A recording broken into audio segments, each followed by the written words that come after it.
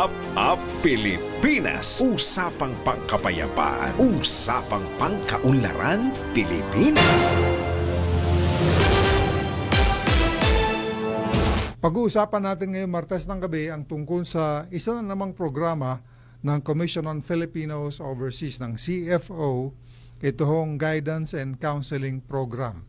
Para kanino ba ito? Sino ba ang target audience? Sino ba ang mga beneficiaries? At ano ba ang mga requirements para ho kayo mapasama dito sa Guidance and Counseling Program ng Commission on Filipinos Overseas? At kasama natin sa Zoom, mga kaibigan, si Miss Iluminada Gunabe. Siya po ay Senior Immigrant Services Officer mula sa Commission on Filipinos Overseas, partikular sa Migrant Integration and Education Division ng CFO. Miss Gunabe, magandang gabi at welcome sa APA Pilipinas. Yes, magandang gabi din po, sir. Magandang gabi po sa inyong mga taga-pakinig at mga taga-panood po. Medyo mahaba-haba ang iyong pangalan. Ano bang tawag sa'yo ng iyong mga kaibigan? Min lang po. Min, ayun. Yes, sir. No? Si Min Gunabe, Opo. mga kaibigan mula sa CFO. Ikaw ay nasa Migrant Integration and Education Division.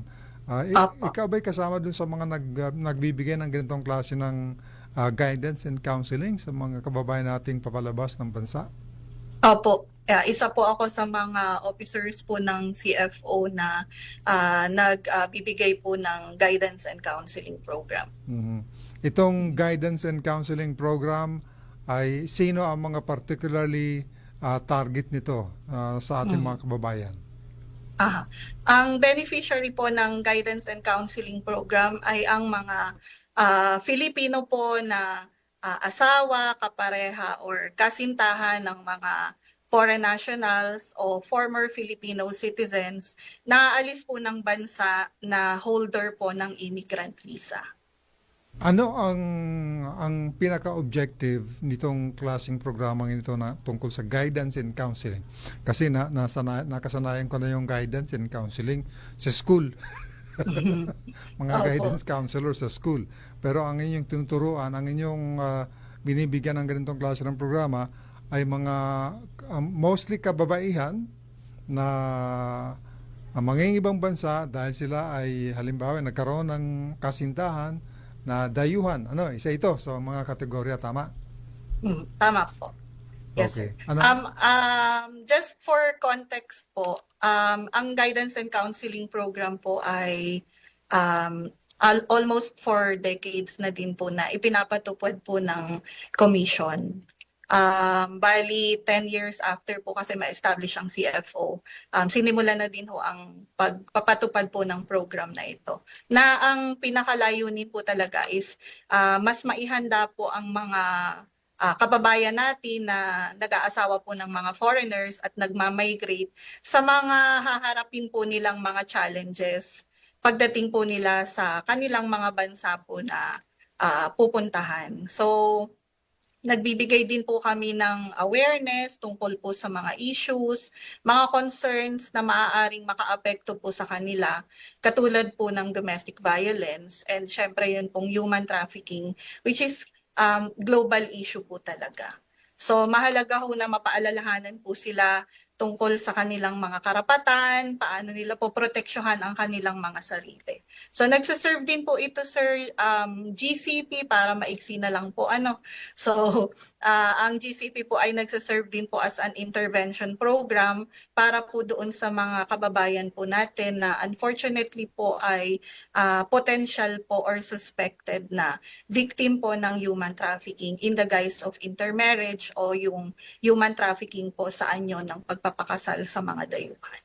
So, ito ba isang requirement? Ito ba isang mandatory program sa lahat ng mga magpapakasal sa dayuhan, mangingibang bansa at magiging permanent resident more or less doon sa lugar na yun? Mandatory sa kanila lahat?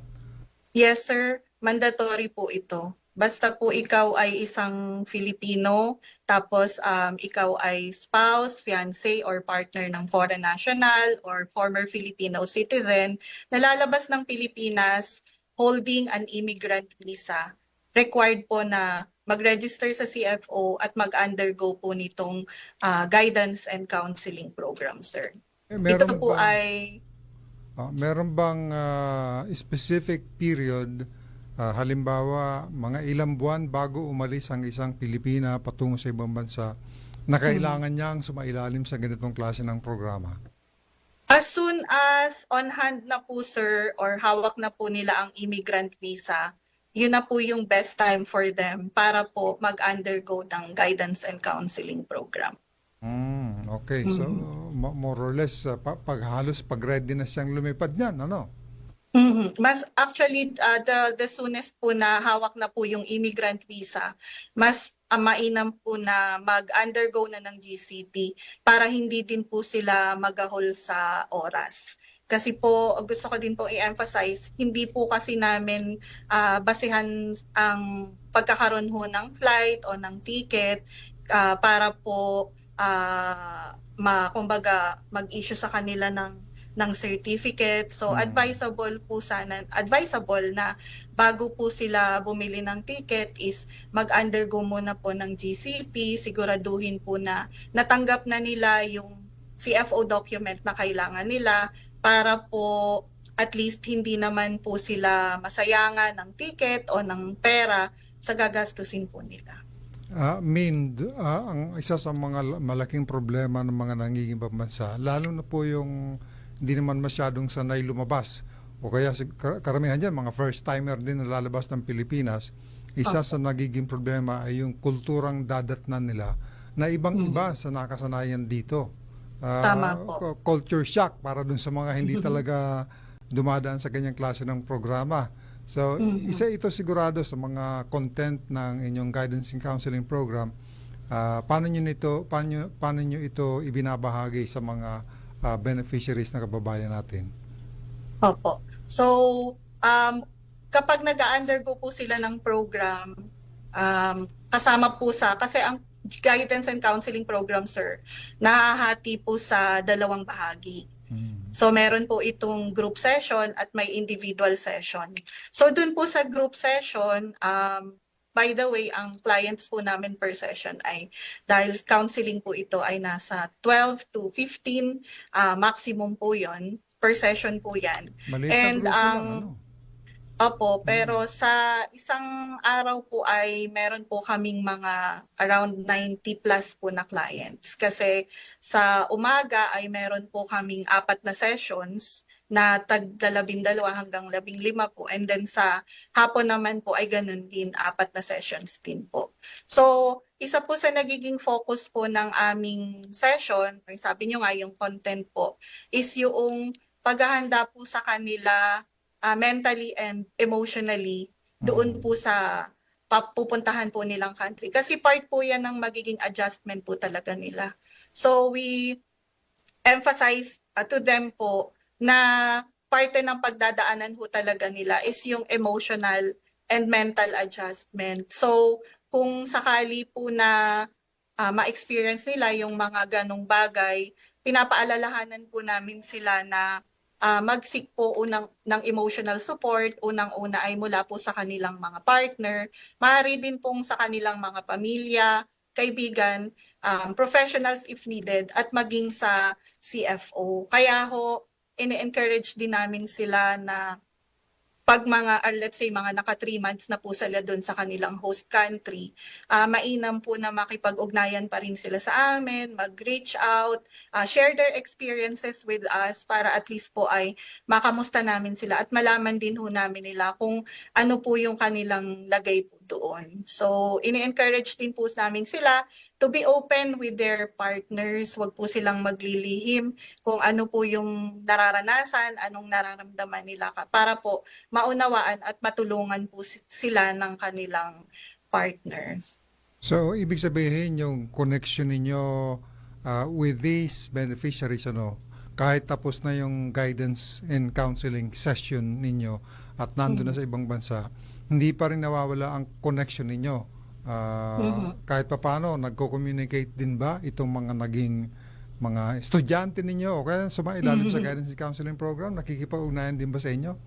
Totoo po yun. Kaya po sinasabi din namin sa kanila during our sessions na hindi po natatapos ang pagiging kliyente nila sa pag-register at pag-attend ho ng program. So kahit po sila ay nandoon na po sa kanilang mga host countries, nananatili po silang kliyente ng CFO. At kung mangailangan po sila ng assistance, isa po kami sa mga maaari po nilang support group. Dito ba sa mga session na ito, may paraan ba para makita ninyo yung mga halimbawa ay potential na victims ng human trafficking halimbawa o kaya basta gusto lang gamitin ang CFO at ang guidance and counseling program para makalabas ng bansa, kunwari magpapakasal sa iba, nakikita niyo ba yung mga peke, yung mga attempt na ma-traffic or kasi ang trafficking minsan voluntary, di ba? Nakikita ba yung mga problema ganyan sa guidance and counseling program, Min? Yes, sir. Kasi aside from the interview during the one-on-one session, isa rin po kasi, sir, sa mga ini-evaluate namin is of course yung documents. So sa documents, dyan po kami nakakakita ng mga may irregularities, yung mga questionable na information, and sometimes yung mga mukha po bang fraudulently acquired na mga documents. So yan ho ang mga nagiging red flags or senyales po sa amin para po mas magtanong, mas mag-evaluate at kung kinakailangan po na sila po ay i-refer pa sa proper authorities for further investigation, nangyayari din po yun, sir. So tinitingnan din po kasi namin ang genuineness po ng relationship. So may mga na-encounter po kasi kami minsan na makikita mo na wala talaga silang knowledge about the background of the partner. Meron po minsan nagkakamali pa even sa pangalan, hindi alam ang mga basic na information. So yan ho ay mga red flags para po pagdudahan namin na hindi po totoo ang kanilang relasyon. At pagka po ganyan, yan ho yung nagiging dahilan para sila po ay ma-recommend pa for sometimes follow-up session, sometimes po ay mag-require kami ng mga additional or supporting documents pa, or yun nga po, sometimes i-refer sa proper authorities. Pagkatapos po kasi nila, sir, mag-undergo ng GCP, yung attendance and compliance with all the requirements, meron po silang marireceive na digital certificate. Yun po yung proof of completion po nila ng registration process sa CFO and yung proof of attendance, and yung certificate po na yun ang ipepresent po nila sa airport, sa immigration counter on the date of their departure. So may mga clients po na kapag yun nga po suspicious na potential po sila na mga mail order spouse, ayan, or hawak po sila ng mga recruiters po ng mga mail order spouses. Diyan po kami nagde-decide po na hindi muna ibigay sa kanila or i-issue po sa kanila yung certificate at gawin muna po kung ano po yung karampatang intervention na kinakailangan. So parang in this case ang CFO ay nagiging daan din, nagiging instrumento rin ng gobyerno para matiyak na yung mga lalabas ay talagang legitimate, na meron silang kausap o kaya katrato, kasintahan na nasa ibang bansa, na gusto silang pakasalan, versus yung mga kaso na kunwari may kasintahan pero yun pala gusto lang makalabas ng bansa, pagkatapos pag nakarating doon maghihiwalay. May mga gusto kong itanong sa mga kaso ninyo on an average day halimbawa, gaano karami yung mga sabihin nating fraudulent na ganong klase ng mga kaso versus the legal ones, yung talagang totoong gustong magpakasal sa ibang sa dayuhan? Ano din naman, sir, sa totoo lang po, mas marami pa rin naman po ang nasa totoong relasyon. Salamat. Oo. Kasi naman, kawawa naman po talaga ang bansa natin at kasi ang mga kababayan. naalala ko, there was a time sa ating kasaysayan siguro, baka wala pang CFO, na talagang napakarami ng mga kasong ganyan. The time na nagsimula yung labas ng mga kababayan natin, sumikat ang mga Pilipino bilang overseas worker, kasabay naman ng human trafficking. Lumakas ng lumakas hanggang magkaroon ng mga ahensyang ganito. Ngayon siguro malaki nang naibawas versus ng mga kalagitnaan bago mag-1980s, ganyan, ano? Ano naman sir, tuloy-tuloy naman po kasi ang effort po ng government natin talaga in combating human trafficking. Mm. Bukod sa mga ikakasal sa dayuhan, meron bang mga programa ang CFO para sa ibang uri ng mga migranteng Pilipino katulad ng mga migrant workers na maaari ding makinabang mula sa inyong programa ng guidance and counseling? Mhm. Actually, sir, ang programs po ng CFO ay para po sa mga aalis ng bansa na ang hawak pong visa ay immigrant. So yung aalis po para po manirahan permanente sa ibang bansa. Ngayon, ang guidance and counseling program po ay isa lamang po sa mga programa ng CFO Yes. para sa mga immigrant visa holders. So meron din po kaming, yung isang program po namin ay tinatawag po na PIDOS or Pre-Departure Orientation Seminar para po ito sa mga aalis po na ang nagpe-petition po sa kanila ay mga immediate relatives po nila, maaring magulang, anak, kapatid, or maaring asawa din po na Filipino citizen. So sila, ang edad po ng mga participants po sa PIDOS ay 20 to 59 years old. Meron din pong isa pang program para naman po sa mga kabataan, yun pong mga edad 13 to 19 years old, immigrant visa holder din po. Ang program naman po namin para sa kanila ay peer counseling program. And then meron pa pong isa, yun naman pong country familiarization seminar. Ito naman ho ay para po sa participants ng au pair program sa Europe o yung cultural exchange program po sa Europe. Ang dami palang talagang ginagawa ng CFO, no? On a given day, halimbawa, on a average lang, no?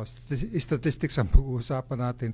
Gaano karami yung mga dumadaan dyan sa mga session na yan para sa mga magpapakasal sa mga dayuhan? Pwede Ayun. naman na idea. Ayan. So, kaya po nung na-mention ko po kanina, so on an average po, daily meron po kaming around 96 clients. Dito lang po yan, sir, sa main office namin. Sa Manila lang. Yes, sir. Tapos meron din po kaming mga extension offices pa po in Cebu, in Davao, and in Baguio. So, kung ika-calculate ho natin yan, sir, 100 plus daily po. Oo, marami-rami pa rin, ano? And that is Monday through Friday, ang inyong mga Friday, session. sir. Opo. Okay. Opo. Sa mga nagtatanong, halimbawa, meron silang kausap na kasintahan o ganyan, ano bang dapat gawin ng mga kababayan nating Pilipina or Pilipino din na halimbawa lilipat na ibang bansa para makapag-enroll o magrehistro sa ganitong programa ng guidance and counseling? Min Gunabi mula sa CFO. Ayan po. So, muli po ang guidance and counseling po program ay mandatory po para sa lahat po ng mga Filipino na may asawa, kasintahan, or kapareha po na foreigner or former Filipino citizen. Ang guidance and counseling program sessions po ay sinasagawa sa lahat ng opisina ng CFO na on-site. So, face-to-face po ang attendance at ito po ay nangangailangan po ng online appointment. So, paki-note lamang po na ang pag-register po sa CFO ay requirement po na meron na pong immigrant visa.